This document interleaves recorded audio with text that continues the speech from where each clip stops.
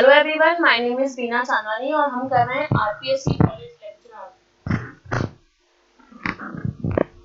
RPSC college lecturer के 2016 का paper. Question number 121, which of the following is not a source of income, which of the following is not a source of tax revenue of Rajasthan government? Option number first, custom duty. Option number 2, tax on agricultural income. Option number 3, sale tax. Option number 4, stamps and registration fees. निम्न में से कौन सा राजस्थान सरकार के कर आय का साधन नहीं है? सीमा शुल्क, कृषि आय पर कर, बिक्री कर, मुद्रांक एवं पंजीयन शुल्क।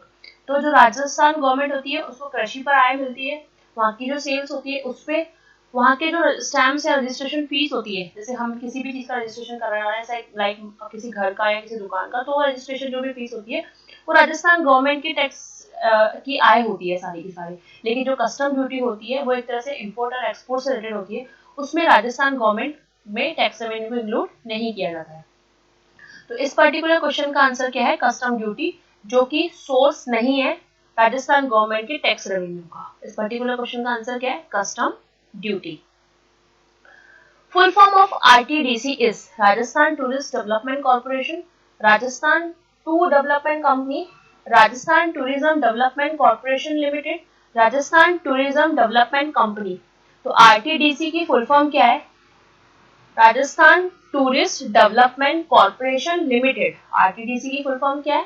राजस्थान टूरिज्म, टूरिस्ट नहीं है, टूरिज्म है, यहाँ पे थोड़ा फोकस कीजिएगा, टूरिस्ट नहीं है, यहाँ पे टूरिज्म है, Rajasthan tourism development corporation limited. और इसका एस्टैब्लिशमेंट कब हुआ था? 1956 को। आरटीडीसी कब आया था? 1956 को इसका एस्टैब्लिशमेंट हुआ था। फुल फॉर्म फिर से एक बार, Rajasthan tourism development corporation limited. इस पर्टिकुलर क्वेश्चन का आंसर क्या है? ऑप्शन नंबर 3, राजस्थान पर्यटन विकास निगम limited. Which of the following constraint the main constraint of the economic development of Rajasthan?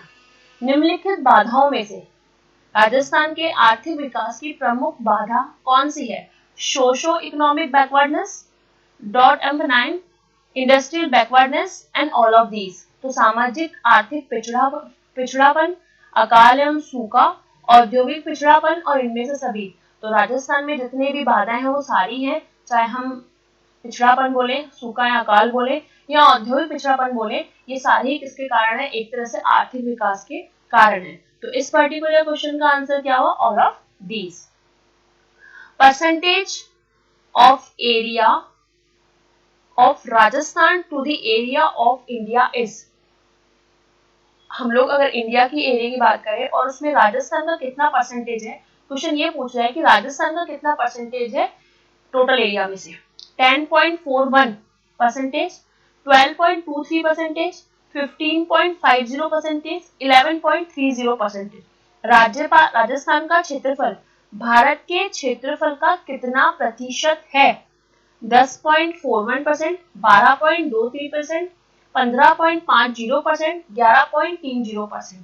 तो यहाँ पे राजस्थान का कितना है? 10.41, यानी 10.41% इसका क्वेश्चन का राइट आंसर है। और एरिया है इसका टोटल, अगर मैं बात करूं राजस्थान का, ये तो परसेंटेज की फॉर्म में हो गया। अगर मैं किलोमीटर के हिसाब से बताऊं तो 3,42,239 वर्ग किलोमीटर ये पूरा राजस्थान का एरिया है।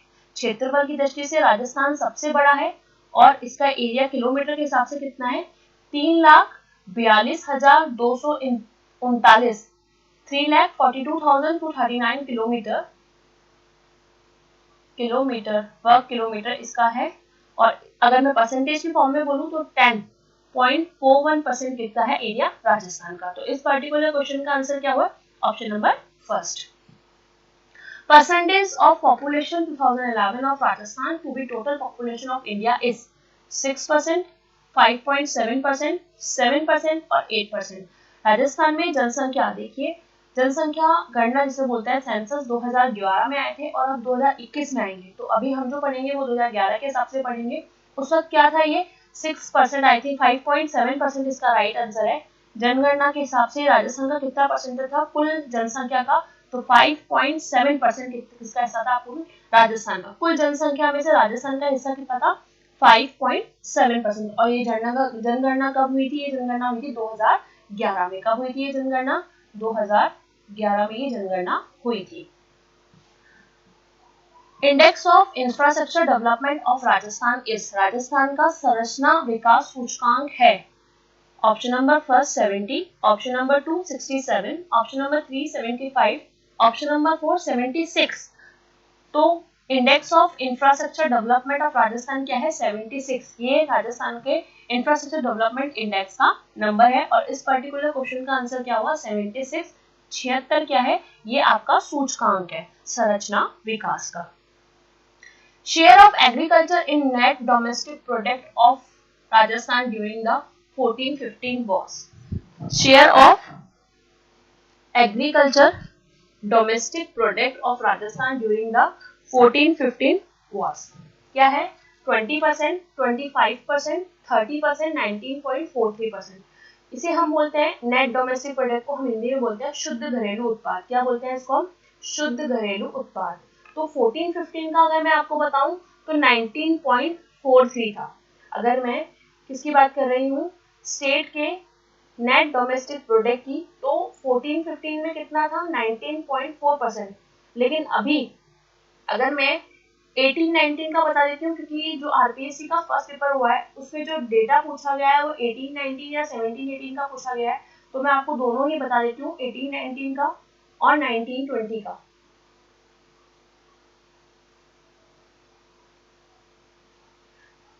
इसको हम लोग परसेंटेज में नहीं डायरेक्ट ही देख लेते हैं। अगर मैं ये वैसे स्थिर कीमतों और प्रेषित कीमतों के आधार पर होता है, वैसे अगर मैं आपको इस बताऊं तो ये 89 का है आपका 845 to 47, 8,45,247। और अगर 19-20 का बताऊं तो 9,16,014। तो ये आपका एनडीपी है। और अगर मैं जीडीपी की बात करूं परसेंटेज की फॉर्म में, अभी लेटेस्ट की अगर मैं जीडीपी की बात करूं, जीडीपी की लेटेस्ट परसेंटेज के हिसाब से बात करूं 19-20 की, तो 8.3%, 8.32% जो है वो आपका जीडीपी है। किसमें 2019 एंड 20, 2019 और 20 में 8.32। और अगर मैं इसकी बात करूं 18-19 की तो 5.05। ये कब था आपका 18-19 में। तो ये डेटा आपको याद रखना पड़ेगा। एनडीपी आपको 845,247 है और 19-20 में बताऊं तो 916,014 है। और अगर जीडीपी की बात करें इन परसेंटेज फॉर्म में एग्रीकल्चर, ये मैंने आपको टोटल बताया है, मैंने आपको एग्रीकल्चर के हिसाब से नहीं बताया है। वैसे एग्रीकल्चर की अगर हम बात करें, अगर एग्रीकल्चर की बात करें तो एग्रीकल्चर में सबसे ज्यादा शेयर जो है वो सेवा क्षेत्र में है, फिर उद्योग क्षेत्र में है और फिर एग्रीकल्चर क्षेत्र में। तो 2014-15 में 19.43 था और अगर अभी लेटेस्ट मैं आपको बताऊं तो 25.19। ये तो मैंने आपको जीडीपी बताया था। अगर मैं एग्रीकल्चर की बात करूं तो 25.19% क्या है आपका एग्रीकल्चर सेक्टर में आपका जीडीपी। और अगर मैं आपको उद्योग क्षेत्र में बताऊं तो 30.67%, 30.67%। और अगर सेवा क्षेत्र में बताऊं तो 44.14%। 3 क्षेत्र होते हैं, कृषि क्षेत्र, उद्योग क्षेत्र और सेवा क्षेत्र। सबसे ज्यादा जो हिस्सा है राजस्थान में जीडीपी में या एनडीपी में, वो सबसे ज्यादा किसका है, सेवा क्षेत्रों में। किसमें है, सेवा क्षेत्रों में है। अगर मैं बात करूं एग्रीकल्चर शेयर कितना है 25.19, 30.67 एंड 44.14। ये आपका क्या है, ये आपका स्टेट जीडीपी है। एनडीपी की बात नहीं कर रही मैं, जीडीपी की बात कर रही हूँ। एनडीपी में आपको बता चुकी हूँ। और ये टोटल जीडीपी है। टोटल जीडीपी कितना है अभी करंट का 8.32%।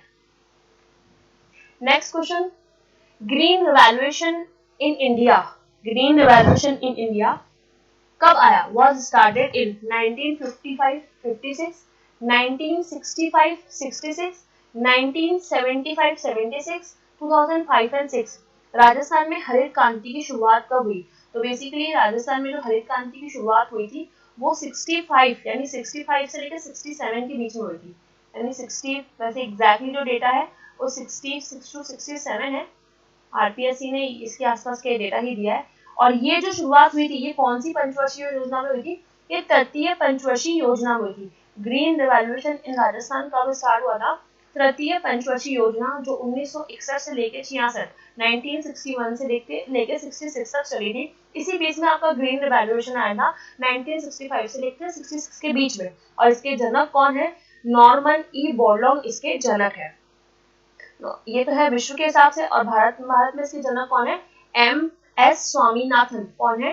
हरित क्रांति में भारत के जनक कौन है जो भारत में हरित क्रांति लेकर आए? वो है एम एस स्वामीनाथन। कौन कौन सी फसलें से ज्यादा प्रभावित थी? एक तो गेहूं की फसलें थी और एक चावल की फसलें सबसे ज्यादा प्रभावित थी। तो ग्रीन रिवॉल्यूशन कौन सी पंचवर्षीय योजना में आया था?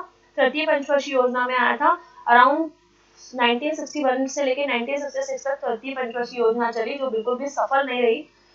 इतिहास में सबसे जो ज्यादा असफल योजना थी वो कौन सी थी? तृतीय पंचवर्षीय योजना थी।